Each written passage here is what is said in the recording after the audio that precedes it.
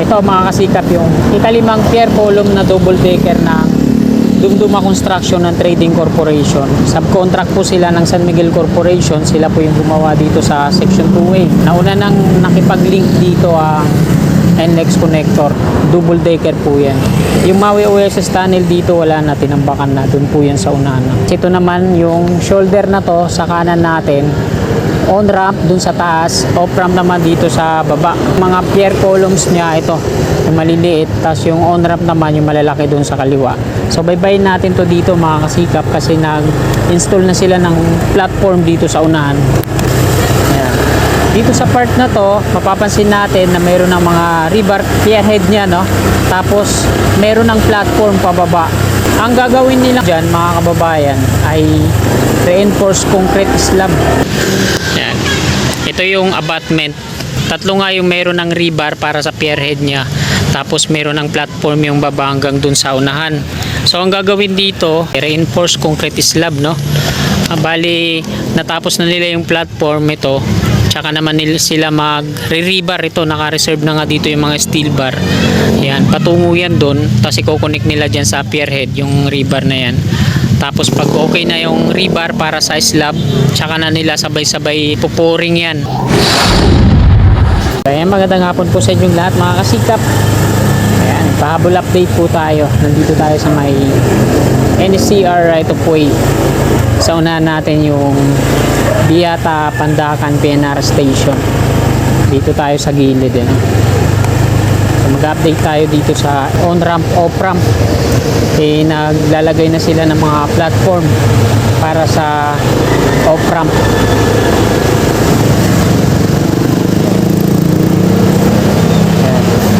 Bali, kakaliwa tayo dito. Tapos tatawid tayo sa Padre Jacinto Zamora Bridge.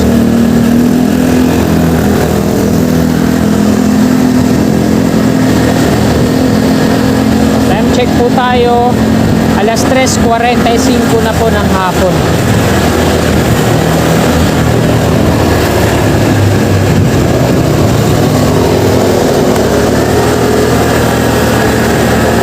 Dito na tayo sa Padre Jacinto Zamora Bridge.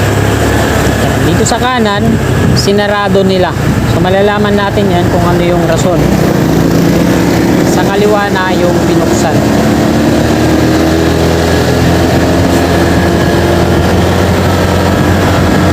Yun, maambon na.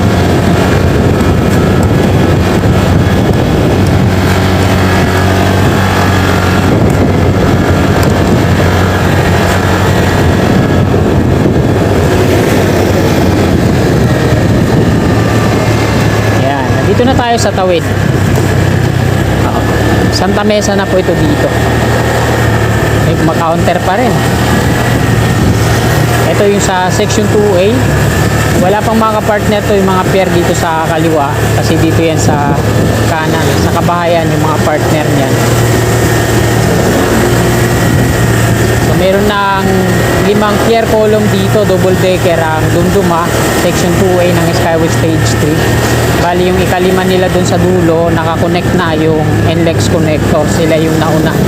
Kasi dito po sila magli-link.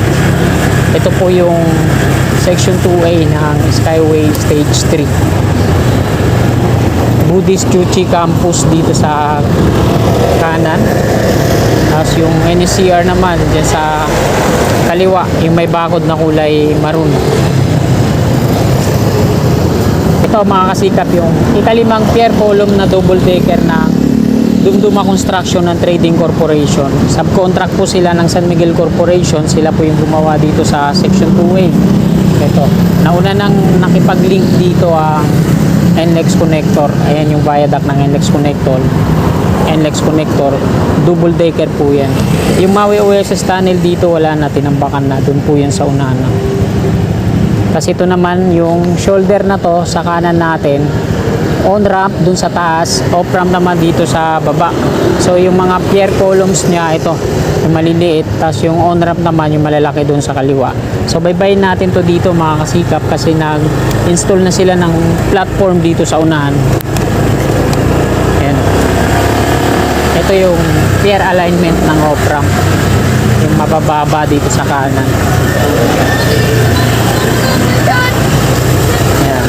Dito sa part na to, mapapansin natin na mayroon ng mga rebar yung pierhead niya, no? Tapos mayroon ng platform pababa. Yan. So, ang gagawin nilang construction dyan, mga kababayan, ay reinforced concrete slab.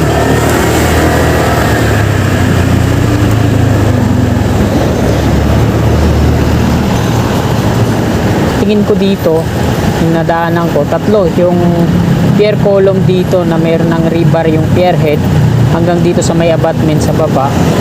Tapos nilagyan na nila ng mga pinolik board platform. Ayan, nilagyan na nila ng platform. So dito mo hintuan natin,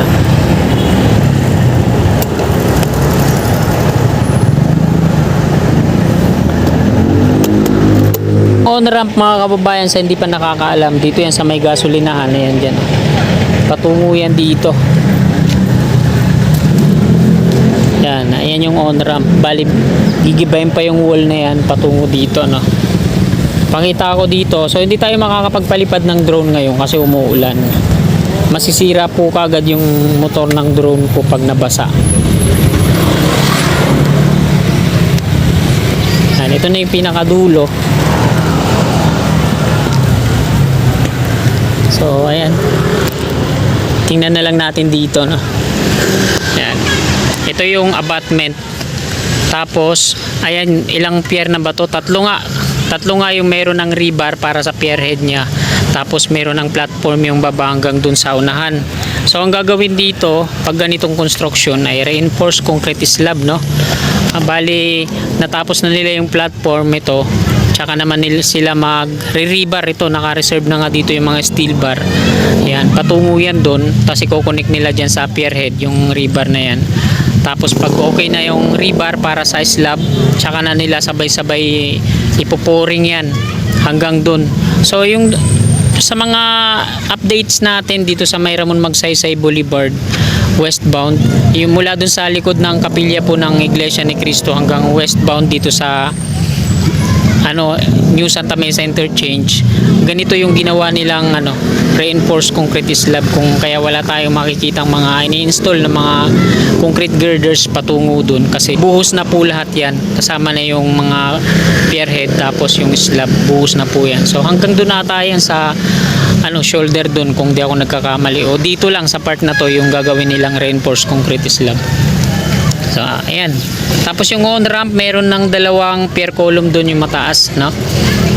Dito po ang daan yan. So wala pang senyales ng pagdidrill dito. Bali ito yung wall niyan, diretso doon. Ayan.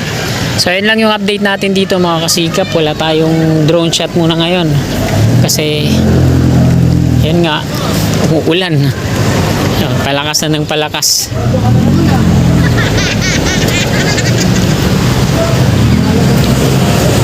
Pahabol update lang po natin to, no? Ngayon lang ulit tayo nakadalaw dito sa Paco Santa Mesa Road. Dito yun, no? Yung sa on ramp. Yan, dito yan. Tapos ang entry niyan dito sa may gasolinahan.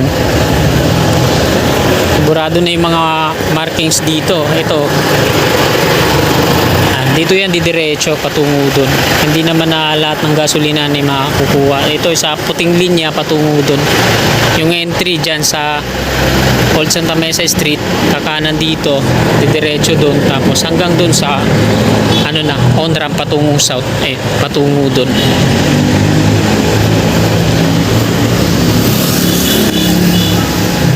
So ayan, muulan na. So ayan, mga kasikap, hanggang dito na lang po itong video na to. Palike naman po. Maraming salamat. God bless.